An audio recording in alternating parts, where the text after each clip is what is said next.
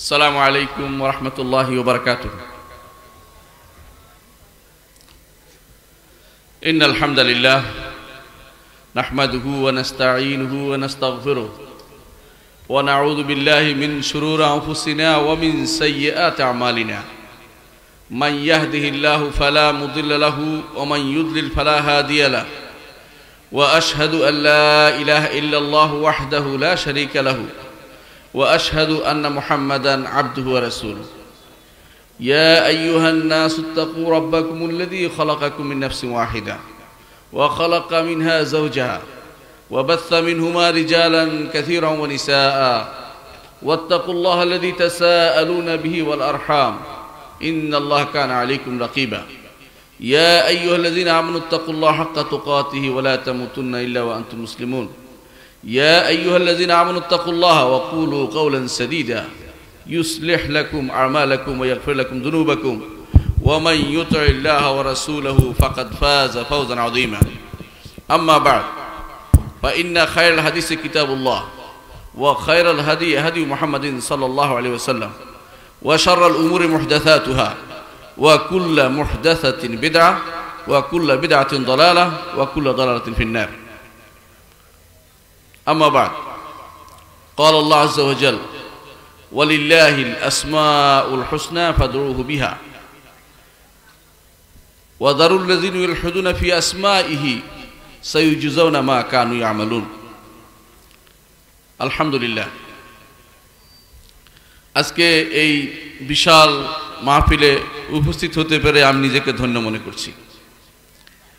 আলহামদুলিল্লাহ যে এক ঝাঁক তাওহীদ প্রিয় মানুষ এখানে উপস্থিত হয়েছেন। আপনারা কি খুশি কিনা? বলে আলহামদুলিল্লাহ। আলহামদুলিল্লাহ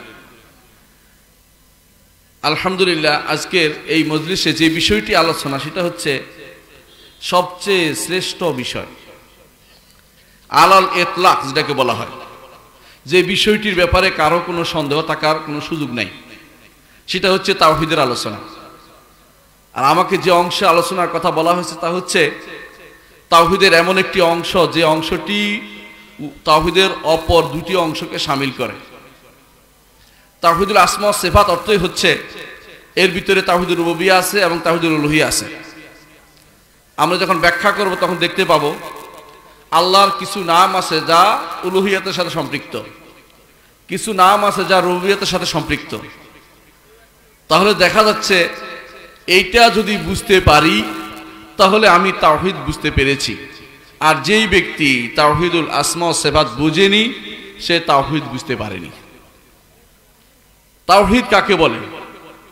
যদি সংক্ষেপে বলি, ইফরাদুল্লাহ তাআলা বির রুবুবিয়্যাহ ওয়াল উলুহিয়্যাহ ওয়াল আসমা ওয়াস সিফাত, আল্লাহকে আল্লাহর রুবুবিয়তে, প্রভুত্বে, উলুহিয়তে বা ইবাদতে, আসমা ওয়াস সিফাতে বা নাম ও গুণে একক সত্তার অধিকারী হিসেবে আল্লাহকে সাব্যস্ত করা। তিনি শুধু আমাদের রব, তিনি আমাদের ইবাদত পাবেন, তার জন্যই যত নাম এবং গুণ সুন্দর সুন্দর আছে সব সাব্যস্ত করব। এই তিনটি জিনিস যে ব্যক্তি স্বীকৃতি দেবে সে তাওহীদকে বুঝতে পেরেছে, সে মুওয়াহহিদ হবে। এর কোনো একটি অংশ যদি বাদ পড়ে যায় তাহলে সে ঈমানদার হতে পারল না। যে জিনিসের সাথে আপনার জীবন মরণ সম্পর্ক, যে জিনিসটির সাথে আপনার সৌভাগ্যের সম্পর্ক, আখিরাতের মুক্তির সম্পর্ক, সেটা হচ্ছে তাওহীদ।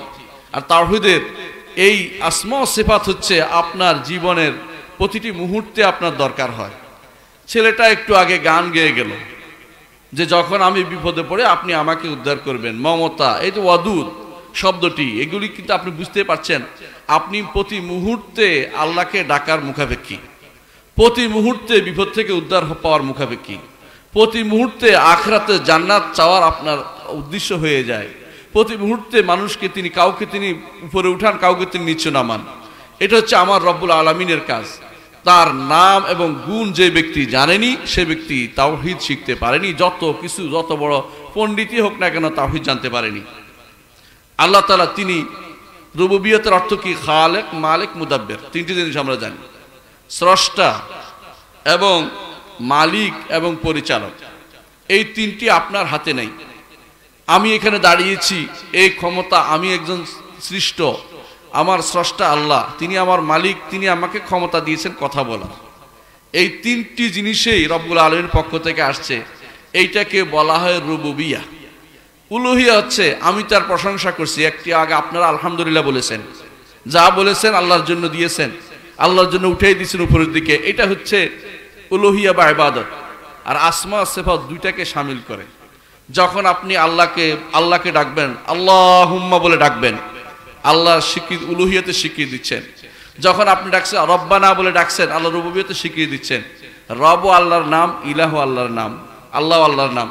তো আপনি আল্লাহ, এমন একটি জিনিস নিয়ে আলোচনা করছি যা আপনার জীবনের প্রথম থেকে শেষ পর্যন্ত, দুনিয়াতে আসা থেকে শুরু করে মৃত্যু পর্যন্ত, হাসরের মাঠও এটা আপনার দরকার হবে। এটা না হলে আপনি পার পেতে পারবেন না, জাহান্নাম থেকে মুক্তি পেয়ে জান্নাতে যেতে পারবেন না। তা হচ্ছে আসমা ও সিফাত। আসমা ও সিফাত সাব্যস্ত করার অর্থ কি?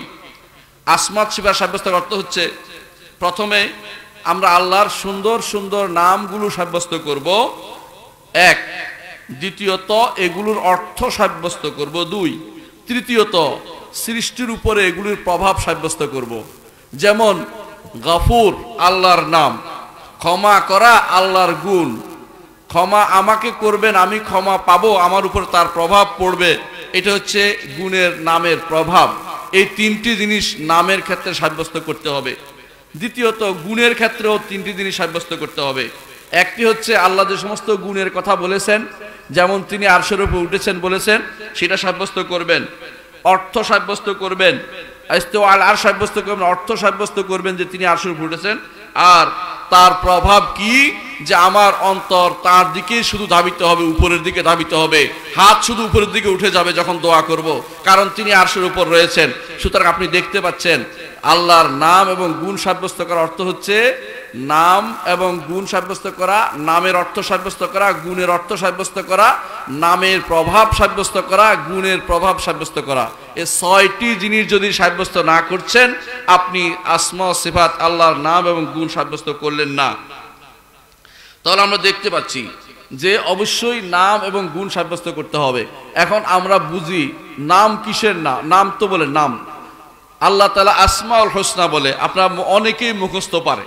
আমি দেখেছি অনেক নুরানি মাদ্রাসা বা ওই সমস্ত ছোট ছোট মাদ্রাসার ছেলেরা গড় বাঁধা নাম মুখস্থ পারে, আল্লাহুর রহমানুর রাহিম অনেক মুখস্থ পারে, কিন্তু অর্থের দিকে খেয়াল করলে অনেকেই আর অর্থটা বলে, সাব্যস্ত করে না।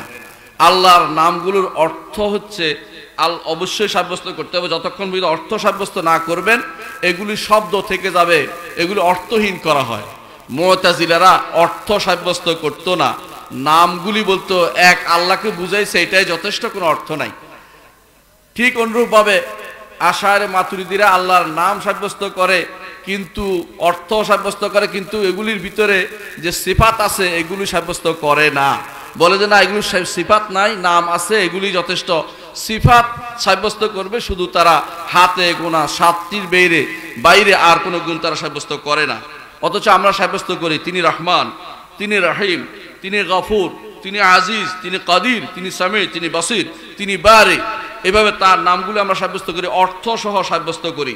যেই ব্যক্তি অর্থ সাব্যস্ত করবে না, গুণ সাব্যস্ত করবে না, সে আল্লাহ তাআলার তাওহীদ বুঝতে পারেনি। কোরআনে কারীম আল্লাহ তাআলা আয়াতের পর আয়াত যখনই কোনো কথা আসছে সাথে শেষে নিয়ে এসেছেন ওয়া হুয়াল রাহিমুল গাফুর ওয়া হুয়া আজিজুল হাকিম। বারবার কেন নিয়ে আসছে? যে প্রত্যেকটি কথার শেষে এটা আসার অর্থই হচ্ছে যে তার নাম এবং গুণ সাব্যস্ত করতে হবে।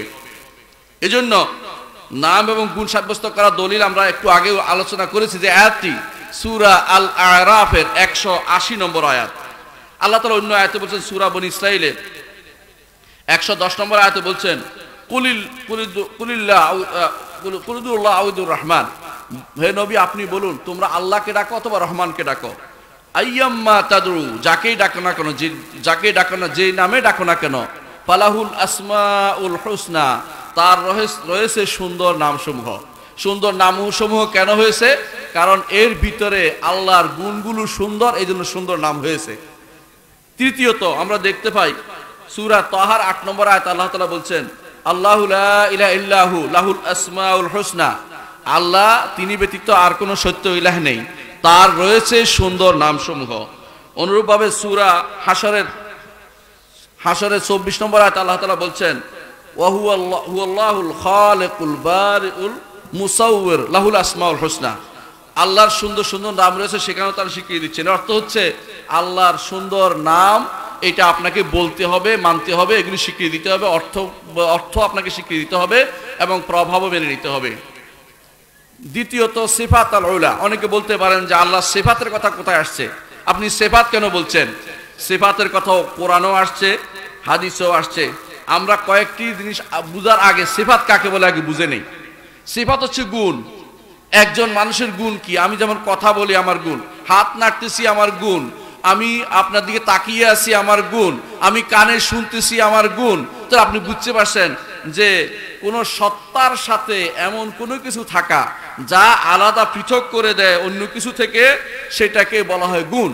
যেমন আল্লাহর দুটি হাত, আল্লাহর চেহারা, আল্লাহর দুটি চোখ, এগুলো তার সত্তা থেকে আলাদা করে দিয়েছে বোঝানোর জন্য যে সত্তার একটি অংশ হচ্ছে এই গুণগুলো। আর কোনোটি আছে অর্থপূর্ণ, যেমন জ্ঞান, আল্লাহর জ্ঞানের কথা, আল্লাহর ক্ষমতার কথা, আল্লাহর জীবন, আল্লাহর ইচ্ছা, এগুলো কোনো ধরা ছোঁয়ার ভিতরে নয়, এগুলো হচ্ছে অর্থ বুঝার জন্য অর্থ দিয়ে দিয়েছে, এগুলিও স্বীকার করতে হবে।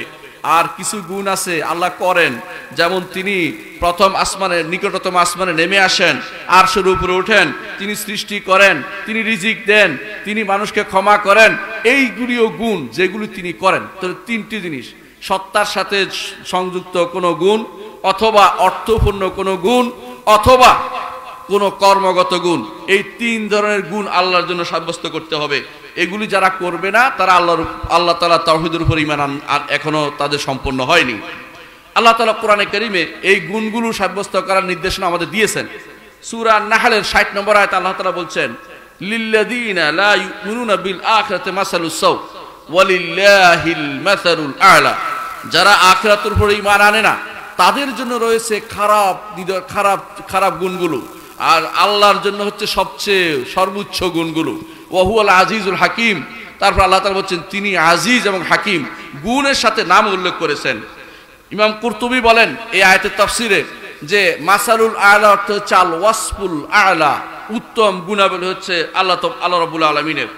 অনুরূপভাবে আল্লাহ তাআলা সূরা রুমের 27 নম্বর আয়াতে বলেন ওয়া হুয়াল্লাযী ইয়াবদাউল খালকা সুম্মা ইউঈদুহু ওয়া হুয়া আহওয়ানু আলাইহি ওয়া লাহুল মাসালুল আ'লা ফিস সামাওয়াতি ওয়াল আরদি ওয়া হুয়াল আজিজুল হাকিম। তিনি সৃষ্টি করেন, আবার তিনি পুনরাবৃত্তি করবেন মৃত্যুর পরে আমাদের। এটা তার জন্য অনেক সহজ, তার জন্য উত্তম গুণাবলীগুলো রয়েছে আসমান এবং জমিনে। ওয়া হুয়াল আজিজুল হাকিম, তিনি সব কিছু করতে সক্ষম এবং তিনি পরাক্রমশালী এবং প্রজ্ঞাময়। ইবনে কাসির বলেন এর অর্থ হচ্ছে আল কামালুল মুতলাক মিন কুল্লি ওয়াজহিন, সর্বপূর্ণ গুণগুলো একমাত্র আল্লাহর জন্য। ইমাম ইবনে সাঈদী রাহমাতুল্লাহ আলাইহি বলেন ওয়া হুয়া কুল্লু সিফাতি কামাল। এখানে মাসাউল আ'লা বলতে সবচেয়ে যে বড় যত গুণগুলো বলা হচ্ছে পূর্ণ গুণগুলোকে বোঝানো হয়েছে। এর অর্থ হচ্ছে যদি আসমা সিফাত সাব্যস্ত করতে হয়, আল্লাহ তাআলা তাওহীদ সাব্যস্ত করতে হয়, তাহলে আসমা সিফাতের নাম এবং গুণ, নাম আল্লাহ আসমা সিফাতের শব্দটি, অর্থ এবং এর প্রভাব, তিনটি জিনিস সাব্যস্ত করতে হবে। অনেকে বলতে পারেন যে এই তিনটি জিনিস কিভাবে সাব্যস্ত করতে হবে এটা আমাদেরকে বলুন।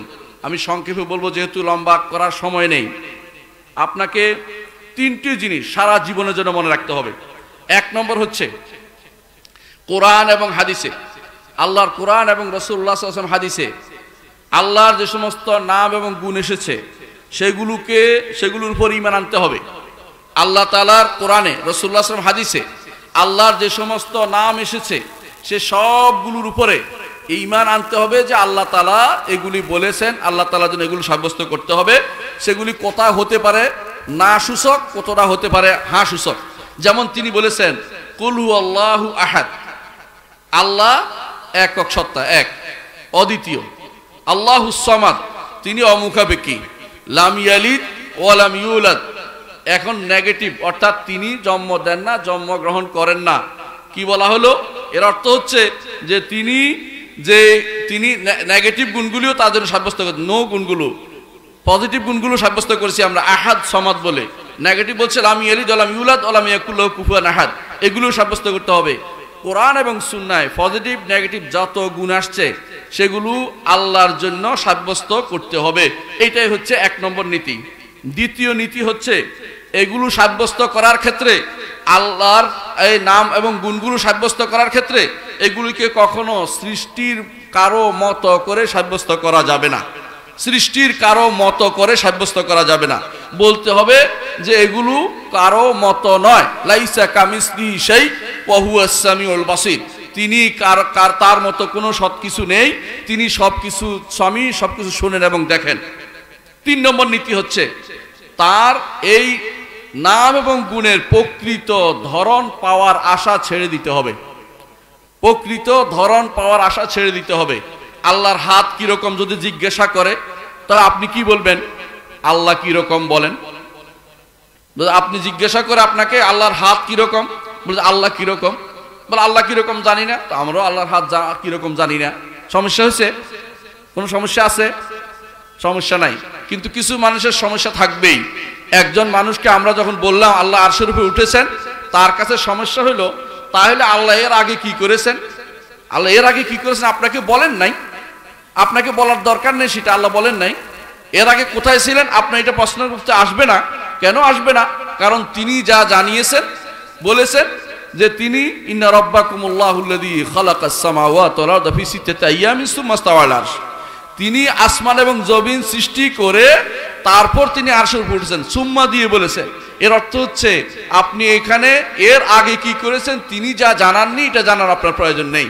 তারপর তিনি আরশের উপর উঠেছেন এবং তিনি শেষ রাত্রি, প্রতি রাত্রিতে শেষ প্রহরে নিকটতম আসমানে নেমে আসেন এবং সেটাও হাদিসে আসছে। এর অর্থ হচ্ছে এখন যদি বলেন যে তাহলে তিনি তো আসমান তো ঘুরে সব জায়গাতে নেমে আসে, তখন তিনি কোথায় নামেন, কোথায় উপরে থাকেন? বলেন যে আপনি কিয়াস করতেছেন মানুষকে আল্লাহর উপর, আল্লাহকে মানুষের উপরে। মানুষ যেমন একসাথে 2 জায়গা থাকতে পারে না বা থাকার প্রশ্ন এরকম হচ্ছে, আপনি মানুষের সাথে আল্লাহকে কিয়াস করতেছেন। আপনি এটা বোঝা উচিত আপনি 2টা শব্দ একসাথে শুনতে পারেন না, একটা না একটা বাদ পড়ে যায়, কিন্তু আমার রব্বুল আলামিন লক্ষ কোটি কোটি কোটি কোটি প্রাণীর একসাথে সবকিছু শুনতে পান, কোনো সমস্যা হয় না। হাসরের মাঠে তিনি সমস্ত প্রাণীর একসাথে বিচার করবেন, সারিউল হিসাব, হিসাব সব একসাথে নেবেন, কোনো সমস্যা হবে না। একজন করে আপনার জন্য একটা টাইম, আরেকজনের টাইম নয়, একসাথে তিনি হিসাব করতে পারবেন, তার শুনতে কোনো অসুবিধা হয় না। তো আল্লাহর সাথে আপনার কিয়াস করছেন কেন? তিনি যেখানে যেভাবে ইচ্ছা সেভাবে অবতীর্ণ হয়ে, তিনি নাজিল হয়ে, যেভাবে ইচ্ছা সেভাবে নাজিল হয়ে তিনি আপনার আকুতি শুনেন, আপনার দোয়া শুনেন, আপনি আল্লাহর কাছে যা যাচনা করেন তা শুনেন, যা চান তা শুনেন। সুতরাং আল্লাহর জন্য এই 3টি মূল নীতি, আল্লাহ তাওহীদ আসমা ও সিফাত সাব্যস্ত করার জন্য 3টি মূল নীতি আপনাকে মনে রাখতে হবে। 1 নম্বর কি বলেছি? যে কোরআন এবং সুন্নায় যা এসেছে নাম এবং গুণ সেগুলোকে স্বীকৃতি দিতে হবে যে সত্য। দ্বিতীয়ত এগুলো সাব্যস্ত করার ক্ষেত্রে মানুষের বা সৃষ্টির কারো মতো করে সাব্যস্ত করা যাবে না। 3 নম্বর হচ্ছে এগুলোর ধরন পাওয়ার আশা ছেড়ে দিতে হবে, যে এগুলির ধরন কোনোদিন আমি পাবো না। আল্লাহ রাব্বুল ইজ্জত ধরন বর্ণনা করেননি, সুতরাং ধরন না বর্ণনা করলেও আমার ঈমানের কোনো অসুবিধা হবে না, আমি ঈমান আনতে পারি। কারণ আল্লাহ তাআলা তিনি গায়েব এবং গায়েবী জগতের প্রত্যেকটি জিনিস হচ্ছে আল্লাযীনা ইউমিনুনা বিল গায়ব, যারা গায়েবের উপর ঈমান রাখে। আল্লাহ তাআলা আপনাকে নিজে গায়েব শাহাদার উপর নিয়ে আসেন না। হ্যাঁ, আল্লাহকে যেদিন আমরা দেখব সেদিন আমরা তার সম্পর্কে জানতে পারবো। এর আগ পর্যন্ত পরিপূর্ণ ধরন জানা কোনো মানুষের পক্ষে সম্ভব না। আল্লাহর নামের সাথে সম্পৃক্ত কিছু কায়দা উল্লেখ করে যাই। 1 নম্বর কায়দা হচ্ছে আল্লাহর সমস্ত নাম সুন্দর। আল্লাহর সমস্ত নাম সুন্দর। কেন? তিনি সুন্দর, ইন্নাল্লাহ জামিল ইউহিব্বুল জামাল। দ্বিতীয়ত তার গুণগুলো সুন্দর। তৃতীয়ত এখানে যা বলা হয়েছে বাক্যটাও সুন্দর, অসুন্দর কোনো বাক্য আল্লাহর জন্য সাব্যস্ত করা হয়নি। সুতরাং আল্লাহর জন্য আল্লাহর প্রত্যেকটি নাম সুন্দর। দ্বিতীয়ত আল্লাহর এই নামগুলো একদিকে নাম একদিকে গুণ, একদিকে নাম একদিকে গুণ, বুঝেন কিনা? আল্লাহ শব্দের মধ্যে ইলাহ হওয়ার একটা গুণ রয়েছে, গাফুর শব্দের মধ্যে ক্ষমা পাওয়ার একটি গুণ রয়েছে, নাম আছে আবার গুণও রয়েছে ভিতরে। আল্লাহর প্রত্যেকটি নামের মধ্যে নাম আছে, গুণ আছে, কিন্তু এমন কোনো নাম রাখতে পারবেন না যেটার ভিতরে নামও নাই, গুণও নাই। কেমন যে ঈশ্বর, গড, এই জাতীয় নাম আল্লাহর জন্য রাখা যাবে না। এই জন্য এই জাতীয় নাম আল্লাহর জন্য রাখলে আপনি আল্লাহর বিরুদ্ধে এলহাদে নামলেন, আল্লাহর বিরুদ্ধে নামলেন। এই জন্য নামগুলো রাখা যাবে না। আল্লাহ তাআলার নামগুলো কোরআন এবং সুন্নাহ যা এসেছে সেগুলো একদিক থেকে নাম, একদিক থেকে গুণ। তৃতীয়ত, আল্লাহর নামগুলো নাম যেমন সাব্যস্ত হবে তেমনি ভাবে গুণ সাব্যস্ত হবে, তেমনি প্রভাব সাব্যস্ত করতে হবে। চতুর্থত, আল্লাহর নামগুলো তাওকিফি, অর্থাৎ আল্লাহর পক্ষ থেকে জানিয়ে দেয়া, নিজের পক্ষ থেকে কোনো নাম বানিয়ে দিতে পারবেন না। আল্লাহর নাম কেউ কেউ ওই ঈশ্বর বলে, কেউ গড বলবে, কেউ তো খোদাও বলে। খোদা নামটি আল্লাহর জন্য বলতে পারবেন না, কারণ খোদা নামটি অর্থ খুদ আ, স্বয়ংভূ, স্বয়ং যিনি আবির্ভূত হয়েছেন। এটা আল্লাহর কোনো নামের অর্থও না, অনুবাদও না, এবং এটার মধ্যে কোনো গুণের কিছু নাই। আল্লাহর প্রত্যেকটি নামের ভিতরে গুণ থাকে। সুতরাং বোঝা গেল যে এই নামটি আল্লাহর জন্য সাব্যস্ত করা যাবে না। যারা আমাদের অনেক ভাই সেটা বলে থাকেন, তারা আল্লাহর ওয়াস্তে এটা পরিত্যাগ করবেন, কারণ এটা সঠিক নাম নয়, আল্লাহর জন্য ব্যবহার করা যাবে না। এটা ব্যবহার করলে আপনার এটা এলহাদ হবে, আল্লাহর নামের বিকৃতি হবে এবং গুনার কাজ হবে। আরেকটি ষষ্ঠ যে একটি নীতি, তা হচ্ছে আল্লাহর নামগুলো তার সত্তার উপরে কখনো পরিপূর্ণভাবে বুঝাচ্ছে, কখনো কখনো কিছু অংশ বুঝাচ্ছে, কখনো কোনো একটা দাবি বুঝাচ্ছে। এইভাবে এটা লম্বা জিনিসটা আলোচনা করব না, শুধু বুঝাচ্ছি যে নামগুলো বিভিন্নভাবে অর্থ বুঝায়। যেমন কাদির আল্লাহর একটি নাম, ক্ষমতাবান আল্লাহর একটি নাম কাদির, তিনি ক্ষমতাশীল। ক্ষমতার অর্থ হচ্ছে তিনি আপনাকে ক্ষমা করবেন, ক্ষমতা থাকার অর্থ ক্ষমা করবেন, এটা দাবি, এটা হচ্ছে দাবি। তো কাদিরের পুরো অর্থটা এখন বুঝছেন। কুদরত, ক্ষমতা থাকা, এটা একটা অংশ, এটাও বুঝছেন। আর কুদরতের অনেকগুলো পয়েন্ট থাকে। যিনি কুদরত কিভাবে দিচ্ছেন, তিনি আমাকে কথা বলার ক্ষমতা দিয়েছেন, তিনি আমাকে চিন্তা করার ক্ষমতা দিয়েছেন, তিনি আমাকে দিন শিখার ক্ষমতা দিয়েছেন। এইভাবে তার বিভিন্ন অংশ, আল্লাহর নামগুলোর অর্থ ভিন্ন ভিন্নভাবে থাকে, এগুলিকে স্বীকার করতে হবে। ষষ্ঠ যেই নাম নীতিটা, সেটা হচ্ছে আল্লাহর নামগুলো কোনো সংখ্যায় সীমাবদ্ধ নয়। আমাদের সমাজে প্রচলিত আছে আল্লাহর 99টি নাম রয়েছে। হ্যাঁ, আল্লাহর 99টি নাম রয়েছে, আরও রয়েছে। আল্লাহর 99টি নাম রয়েছে, আরও রয়েছে।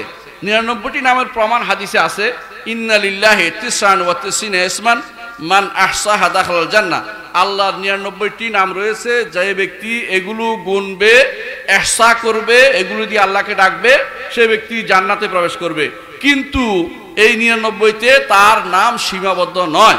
এই জন্য 99 নামের কোনো একসাথে আসা হাদিসটি বিশুদ্ধ নয়, বরং এটা মানুষে ইজতিহাদ করে বিভিন্নভাবে নামগুলো উল্লেখ করেন। কোরআন এবং সহিহ সুন্নাতে যেই নামগুলো এসেছে তা 108টি হয়ে যায়, অথবা আরো কম হয়ে যায় কারো কারো গণনায়, কিন্তু সরাসরি 99টা গণে নির্ধারণ করতে পারবেন না। নির্ধারণটা 99টাই থাকে, আর থাকে না, এরকম না। এর অর্থ হচ্ছে আপনাকে আল্লাহর সমস্ত নাম ধরে আপনাকে ডাকতে হবে, যাতে করে 99টা যেন ডাকা হয়ে যায়, আর অতিরিক্ত ডাক যেন আপনার না লাগে। সেজন্য সেগুলি দিয়ে আপনার আল্লাহকে, এই নামগুলি সবগুলো দিয়ে আপনাকে ডাকতে হবে। সপ্তম নীতি হচ্ছে আল্লাহর নামের সাথে বক্র নীতি অবলম্বন করা যাবে না। সেটা কিরকম? আল্লাহর কোনো নামকে অস্বীকার করতে পারবেন না। দ্বিতীয়ত, আল্লাহর নামের যে গুণগুলো আছে সেগুলো কোনো সৃষ্টির গুণের সাথে একরকম হয় বলতে পারবেন না। সেগুলো যেমন আল্লাহ তাআলা, তিনি নাম আল্লাহ, কোনো ব্যক্তিকে আল্লাহ তার রব, কোনো ব্যক্তিকে রব্বি ডাকতে পারবেন না। অনুরূপভাবে আল্লাহ তাআলা যে সমস্ত নাম তাকে নিজেকে দেন নাই, আল্লাহকে ওরকম নাম দিতে পারবেন না।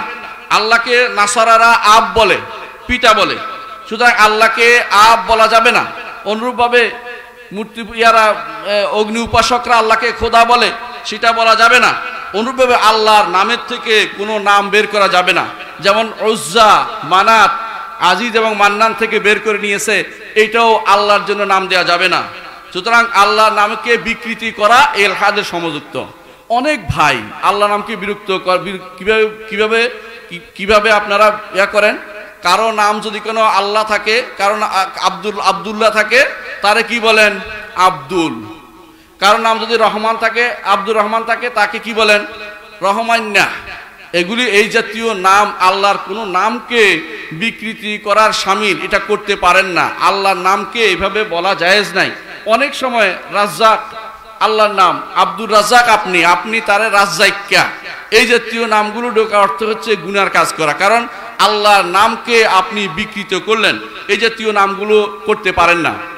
আল্লাহর গুণের সাথে কিছু নীতিমালা আমাদের রয়েছে, সেগুলো কি?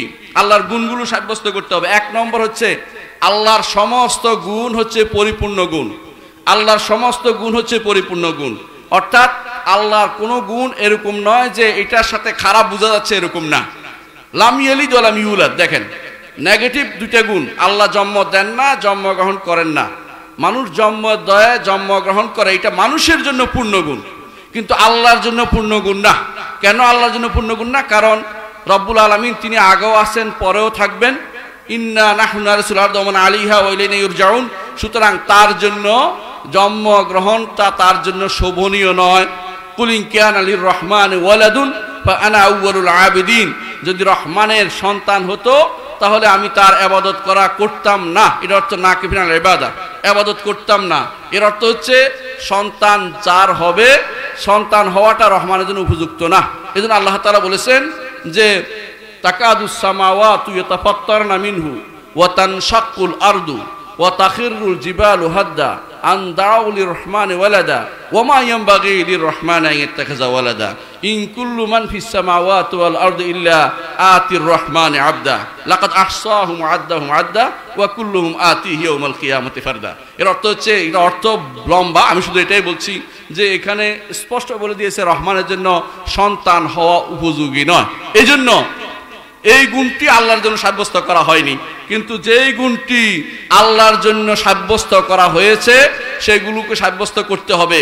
যেমন তিনি আজিজ, তার ইজ্জত, তার রহমত, তার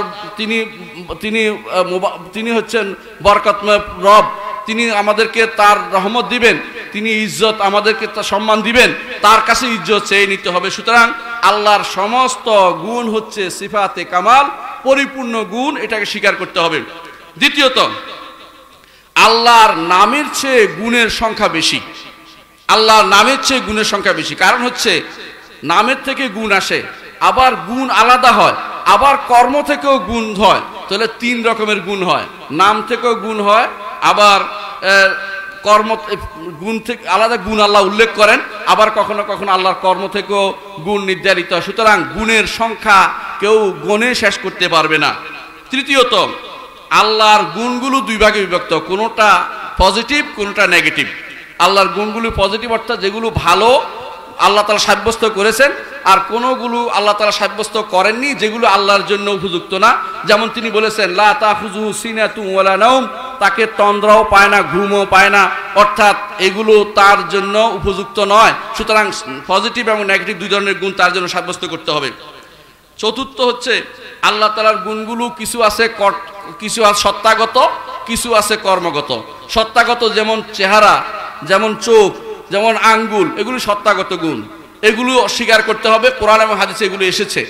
আর আল্লাহ তাআলার কর্মগত গুণ, তিনি আরশের উপর উঠেছেন, তিনি নিকটতম আসমানে নেমে আসেন এবং তিনি কাউকে ক্ষমা করেন, তিনি কাউকে মাফ করেন, তিনি তাকে ধনী করেন, তিনি সৃষ্টি করেন। এই যে কর্মগত গুণগুলো স্বীকার করতে হবে। যদি এর কোনোটা অস্বীকার করাতে ঈমানদার থাকতে পারবে না। পঞ্চম যেটা, সেটা হচ্ছে আল্লাহ তাআলার গুণগুলোকে সাব্যস্ত করার ক্ষেত্রে কোনো রকমের ধরন নির্ধারণ করা যাবে না এবং সেগুলোকে কোনো কারো মত বলে সাব্যস্ত করা যাবে না। ষষ্ঠ হচ্ছে আল্লাহর গুণগুলো তাওকিফি, অর্থাৎ কোরআন এবং সুন্নায় আসতে হবে, নিজের মন মতো করে আল্লাহর গুণ সাব্যস্ত করা যাবে না।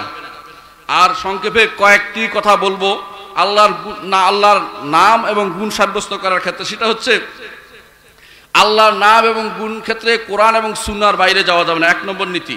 2 নম্বর নীতি হচ্ছে এগুলোকে প্রকাশ্য অর্থের উপর নিতে হবে, প্রকাশ্য অর্থের উপর নিতে হবে। সাহাবায়ে কেরাম যেভাবে বুঝেছেন, তাবেঈনরা যেভাবে বুঝেছেন, ইমামরা যেভাবে বুঝেছেন সেভাবে নিতে হবে। রাসূলুল্লাহ সাল্লাল্লাহু আলাইহি ওয়াসাল্লাম যখন একদিন বললেন যে আল্লাহ তাআলা তিনি হাসলেন, এই কথা শুনে এক সাহাবী বললেন, ইয়া রাসূলুল্লাহ, যে আল্লাহ হাসেন সেই আল্লাহ থেকে আমি খারাপ কিছু আশা করি না। প্রকাশ্য অর্থ নিয়েছেন। কিছু মানুষ আছে আল্লাহর হাসাকে অস্বীকার করে, আল্লাহর নিকটতম আসমান নেমে আসাকে অস্বীকার করে, আল্লাহ তাআলা আরশের উপর ওঠাকে অস্বীকার করে, তারা আল্লাহ তাআলার তাওহীদ তারা শিখতে পারেনি, তাওহীদের বিপরীত কাজ করছে। এই জন্য কোনো রকমের বিকৃতি না করে শুধু বলতে হবে প্রকাশ্য অর্থ কোরআন এবং সুন্নাহ যা আসছে, যা বোঝানোর জন্য আল্লাহর কোরআন নাজিল হয়েছে, সেটাকে আমরা অবশ্যই সেভাবে স্বীকৃতি দেব। কোরআন এবং সুন্নাহ যে সমস্ত গুণ আসছে সেগুলোর একটি অংশ আমরা জানি, একটি অংশ আমরা জানি না। অর্থ জানি, ধরন জানি না। অর্থ দাঁড়ি, ধরন জানি না। এই নীতিটাও আমাদের স্বীকৃতি দিতে হবে। চতুর্থ হচ্ছে যে প্রকাশ্য অর্থ নির্ধারিত হবে আগের এবং পরের বাক্য দেখে, নিজের মন মতো প্রকাশ্য অর্থ নয়, অথবা কোনো ব্যক্তির কথা বলে যে অর্থ নয়, আগের এবং বাক্যের আগের এবং পরে স্পষ্ট আছে। যেমন আল্লাহ তাআলা বলেছেন ওয়াহুয়া মাআকুম আইনামা কুনতুম, তিনি তোমাদের সাথে আছেন যেখানেই তোমরা থাকো। বাহ, খুশি হয়ে গেলেন, আল্লাহ তো সাথে আছে না, ভুল বুঝছেন, কারণ এর পরে আছে ওয়াহুয়াস সামিউল আলিম, কারণ তিনি শোনেন এবং দেখেন। অর্থাৎ শোনা এবং দেখার মাধ্যমে আপনার সাথে আছে। আল্লাহ তাআলা আর সৃষ্টির ভিতরে নয়, সৃষ্টি যখন ছিল না তখনও আমার রব ছিলেন। এর অর্থ সৃষ্টির ভিতরে যারা মনে করে স্রষ্টাকে, তারা এখনো হিন্দুয়ানি আকীদায় বিশ্বাস করে আছে। রব্বুল আলামিন সৃষ্টি থেকে আলাদা, এটা যতক্ষণ ঈমান না আনবে ততক্ষণ পর্যন্ত আপনার ঈমান শুদ্ধ হয় না। কিভাবে বুঝবেন এটা? আগের এবং পরের অবশ্যই উল্লেখ থাকবে। যেমন আল্লাহ বলছেন ইন্নানি মাআকুমা, আমি তোমাদের সাথে আছি। বাহ, খুশি হয়ে গেলেন যে আল্লাহ সাথে আছে, অর্থ আমার বগলের নিচে আছে, হাঁটে যাচ্ছে, এরকম যদি কেউ বলে ঈমান থাকবে না, কাফের হয়ে যাবে। বিশ্বাস করতে হবে কি? এরপরে বলে দিয়েছে ইন্নানি মাআকুমা আসমাউ ওয়া আরা, আমি দেখছি এবং শুনছি তোমাদের কথা। অর্থাৎ তিনি শোনা এবং দেখার মাধ্যমে আমাদের সাথে আছেন, কিন্তু তিনি আরশের উপরে।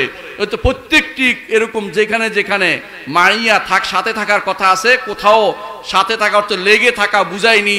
এটাই হচ্ছে বিশুদ্ধ মত। এটাই বাইরে অন্য কোনো মত যদি কেউ অনুসরণ করে অবশ্যই সে ভুল করবে। আর একটি নীতি হচ্ছে যে এগুলো সাব্যস্ত করার ক্ষেত্রে কেউ যদি কোনো আপনাকে যদি প্রশ্ন করে যে তার এই গুণগুলো কেমন হইল, তিনি কিভাবে আসমানে উঠলেন, কিভাবে আরশের উপর উঠলেন, তখন আপনাকে অবশ্যই বলতে হবে যে আল কাউলু ফিস সিফাতি কাল কাউলু ফিজ জাত, আল কাউলু ফিস সিফাত কাল কাউলু ফিজ জাত। সত্তার ব্যাপারে যেমনি আমি জানি না তিনি কিভাবে কিরকম, তেমনি ভাবে তার আরশের উপরে উঠার ধরন আমি জানি না, তবে তিনি সবকিছুর উপরে, এটা আমি সাব্যস্ত করি। প্রতিদিন বলি সাব্বিহ ইসমা রাব্বিকাল আ'লা, সিজদার মধ্যে বলছি। প্রতিদিন বলি সুবহানা রাব্বিয়াল আ'লা, প্রতিদিন বলি, আমি প্রতিদিন তার কাছে উপরের দিকে হাত তুলি। প্রতিদিন আমি পড়ি কোরআন এবং হাদিসে যে আল্লাহ তাআলা তার নবীকে উপরের দিকে নিয়ে গেছেন, আরশের দিকে নিয়ে গেছেন। এর অর্থ হচ্ছে তিনি উপরে, এটা আমি সাব্যস্ত করি, কিন্তু তার ধরন আমি জানি না। যেমনি ভাবে তার সত্তার ধরন আমি জানি না, তেমনি গুণের ধরনও আমি জানি না। 1 নম্বর নীতি। 2 নম্বর নীতি, কেউ আপনাকে বলতে পারে যে আমি কিছু মানি কিছু মানি না। যেমন আশারী এবং মাতুরিদিয়া সম্প্রদায়ের লোকেরা, তারা আল্লাহর মাত্র 60টি গুণ মানে, অথচ শত শত গুণ তারা অস্বীকার করছে। এরা ঈমানের থেকে অনেক দূরে আছে। এই মানুষগুলো যখন আপনাকে বলে যে আমি আল্লাহর শোনা মানি কিন্তু আল্লাহর আরশের উপরে ওঠা মানি না, তখন তাকে জিজ্ঞাসা করবেন আল্লাহ কিভাবে শোনে? বলে এটা তো জানি না। বলে তেমনি ভাবে আরশের উপরে উঠাটাও না জানলেও আমার অসুবিধা হচ্ছে না। উঠার ধরন আমি জানি না, কিন্তু আপনি যেভাবে বলছেন আল্লাহ শোনে, কিন্তু আপনি তো ধরন জানেন না শোনার, ঠিক আমিও আরশের উপরে উঠার ধরন জানি না, কোনো সমস্যা নাই। তিনি যদি বলেন, তারা কিন্তু আল্লাহ তাআলার জাতকে সাব্যস্ত করে, আল্লাহ তাআলার সত্তাকে সাব্যস্ত করে এবং আল্লাহ তাআলার জন্য কথা বলাকে সাব্যস্ত করে। যদি বলে যে আল্লাহ তাআলা কিভাবে কথা বলেন, ওরাও বলবে ধরন জানি না। আপনি বলেন ঠিক এমনি ভাবে আল্লাহ তাআলা নিকটতম আসমানে নেমে আসেন, আমি সেটার ধরন জানি না, আমার কোনো সমস্যা হচ্ছে না। আসমান কিভাবে তিনি প্রথম নিকটতম আসমানে নেমে আসেন আমি জানি না, এতে আমার কোনো সমস্যা হচ্ছে না। এই 2টি নীতিও বিশ্বাস করতে হবে। সুতরাং আমরা দেখতে পাচ্ছি আল্লাহ তাআলার এই নীতিগুলোর ক্ষেত্রে, সিফাতের ক্ষেত্রে, নীতিগুলোর ক্ষেত্রে আমরা আহলুস সুন্নাত ওয়াল জামাত যে সুন্দর একটি পজিশনে আছি, আর কোনো কেউ বাতিল কোনো ফেরকা কোনোদিন সেখানে কোনো রকমের পজিশন দেখাতে পারবে না। তারা অন্ধকারে হাতরে খুঁজে বেড়ায়। এই জন্য ইমাম মালিক রহমতুল্লাহ আলাইহির কাছে যখন বলা হলো, ইমাম মালিক রহমতুল্লাহ আলাইহির কাছে এক ব্যক্তি এসে বলল আর রহমান আলা আরশি ইস্তাওয়া, রহমান আরশের উপর উঠেছেন। ইমাম মালিক বলেন তো তিনি কিভাবে উঠলেন? ইমাম মালিক তার শরীর দিয়ে ঘাম বেরিয়ে গেল। তিনি অনেকক্ষণ চুপ করে থেকে বললেন, আল ইস্তিওয়াউ মালুমুন, আরশের উপর ওঠাটা জানা আছে, ওয়াল কাইফু মাজহুলুন, কিন্তু ধরন আমাদের জানা নেই, ওয়াল ঈমানু বিহি ওয়াজিব, এর উপর ঈমান আনা অবশ্যই কর্তব্য, ওয়াস সুআলু আনহু বিদআ, এই ধরন জিজ্ঞাসা করাটা বেদাতীদের কাজ। আখরিজুহু, বের করে দাও, আমার মজলিসে বেদাতির কোনো স্থান নেই, তারা তাকে বের করে দিল মজলিস থেকে। এইটাই হচ্ছে ইমামদের কাজ। এই আসমা সিফাত হচ্ছে তাওহীদের অংশ। কোনো ব্যক্তি যদি কোনো তাওহীদের অংশ মনে না করে, তার তাওহীদ পূর্ণতা লাভ করেনি, ঈমানও পূর্ণ হয়নি। আল্লাহ আমাদেরকে আসমা সিফাত বুঝার, মানার এবং তার তাওহীদকে পূর্ণ করে দুনিয়া থেকে যাওয়ার আখিরাতে মুক্তি পাওয়ার তৌফিক দান করুন। ওয়া আখিরু দাওয়ানা আলহামদুলিল্লাহি রাব্বিল আলামিন। আসসালামু আলাইকুম ওয়া রাহমাতুল্লাহি ওয়া বারাকাতুহু।